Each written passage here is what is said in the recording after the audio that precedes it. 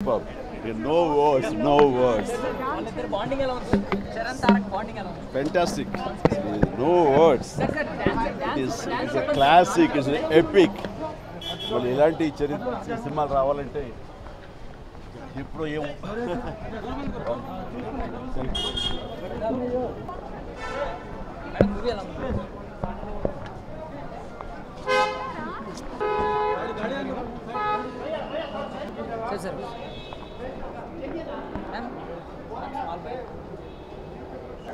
అసలు కడుపు నిండిపోయింది. Heart is so full.